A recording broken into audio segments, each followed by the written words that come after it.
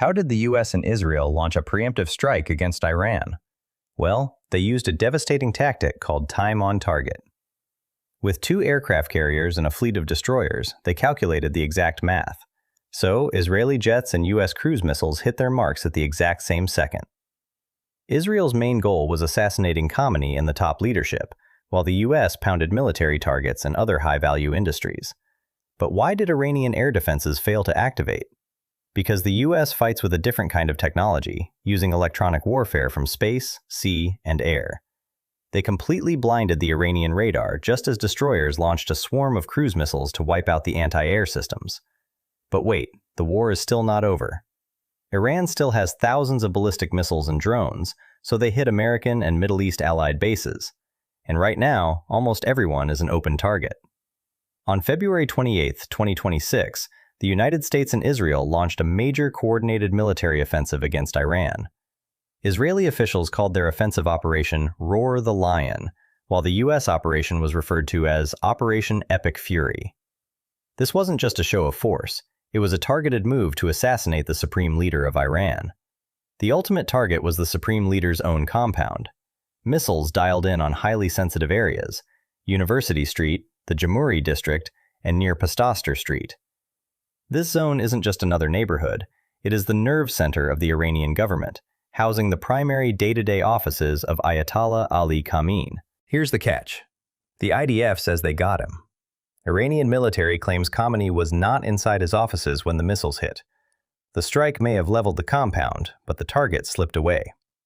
Reports now say Israel claims Khamenei's body has been found, and he is confirmed dead. The first wave didn't hold back at all. It was a perfectly synchronized, overwhelming assault designed to blind the regime all at once. First, they hit Karaj, destroying critical industrial and aerospace hubs. Then, Tehran, the capital, was rocked, any illusion of safety shattered. They also struck Qom, sending shockwaves through the ideological heart of the country. Over in the west, missiles rained down on Kermanshah, neutralizing launch sites before radar operators could react. Then there was Isfahan, the crown jewel of Iran's nuclear and drone programs.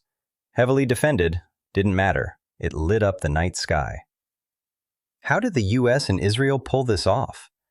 They didn't rely solely on local land bases. They brought 2 massive floating cities to Iran's doorstep. In the Arabian Sea, USS Abraham Lincoln Carrier Strike Group. In the Eastern Mediterranean, USS Gerald R. Ford, the newest and largest ship. Timing was critical. Israeli jets flew across the Middle East to reach Iranian airspace. The moment the jets reached their marks, missiles were released simultaneously, relying on the tactic of time on target. Missiles fired from submarines, cruise missiles from escort ships, and payloads from stealth bombers, all deployed from different locations at different times, but the US military machine was mathematically choreographed. Everything impacted Kajun, Kermanshah, and Isfahan at the exact same second as the Israeli jets dropped their guided bombs, creating total systemic shock. Why did Iranian air defenses fail? The US used a highly advanced mix of electronic warfare and cyber operations, coordinated from space to the ground. False data was injected into radar screens. Top-tier Iranian air defense systems like homegrown Bavar and Russian-supplied batteries were overwhelmed. To hunt them down, the US launched hundreds of ABM-160 miniature air-launched decoys. To a panicked radar operator, these drones looked like massive squadrons of F-15s or F-16s, opening the door for stealth fighters, including F-35s and possibly F-22 Raptors, to slice through airspace undetected. Ultimately, the Iranian air defense network wasn't just suppressed, it was dismantled, at least temporarily. Iran did respond with Operation Truthful Promise 4, launching missiles and drones targeting US bases in Israel. Fallout included UAE's Al-Dhafar Air Base hit, 1 dead from shrapnel.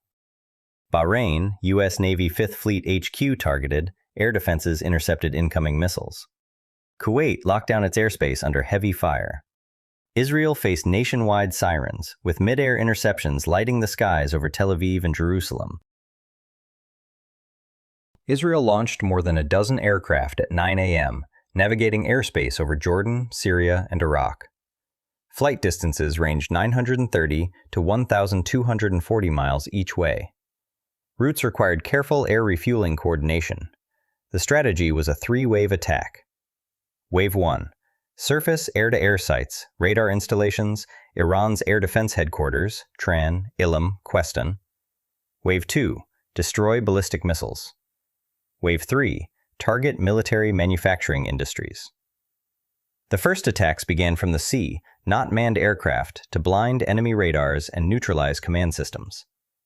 Arleigh Burke-class destroyers, including USS Thomas Hudner, launched dozens of Tomahawk missiles, flying subsonic nap of the Earth to avoid radar, striking S-300 and S-400 radar sites. 30 minutes later, B-2 Spirit stealth bombers entered airspace, hitting deep bunkers. F-15E Strike Eagles launched from Jordan and UAE, scanning valleys for mobile missile launchers and striking convoys. After dropping bombs, jets refueled mid-air from tankers to sustain pressure for a second sortie. 2 hours later, the U.S. Navy Carrier Strike Group entered the fight. FA-18 Super Hornets carried anti-radiation missiles to destroy surviving radars. F-35C Lightning gathered intelligence and struck high-threat targets. E-2 Hawkeye aircraft coordinated hundreds of jets like quarterbacks in the sky. By sunrise, the first wave was over. Iranian eyes were blinded, nuclear programs hit, and missile forces severely weakened.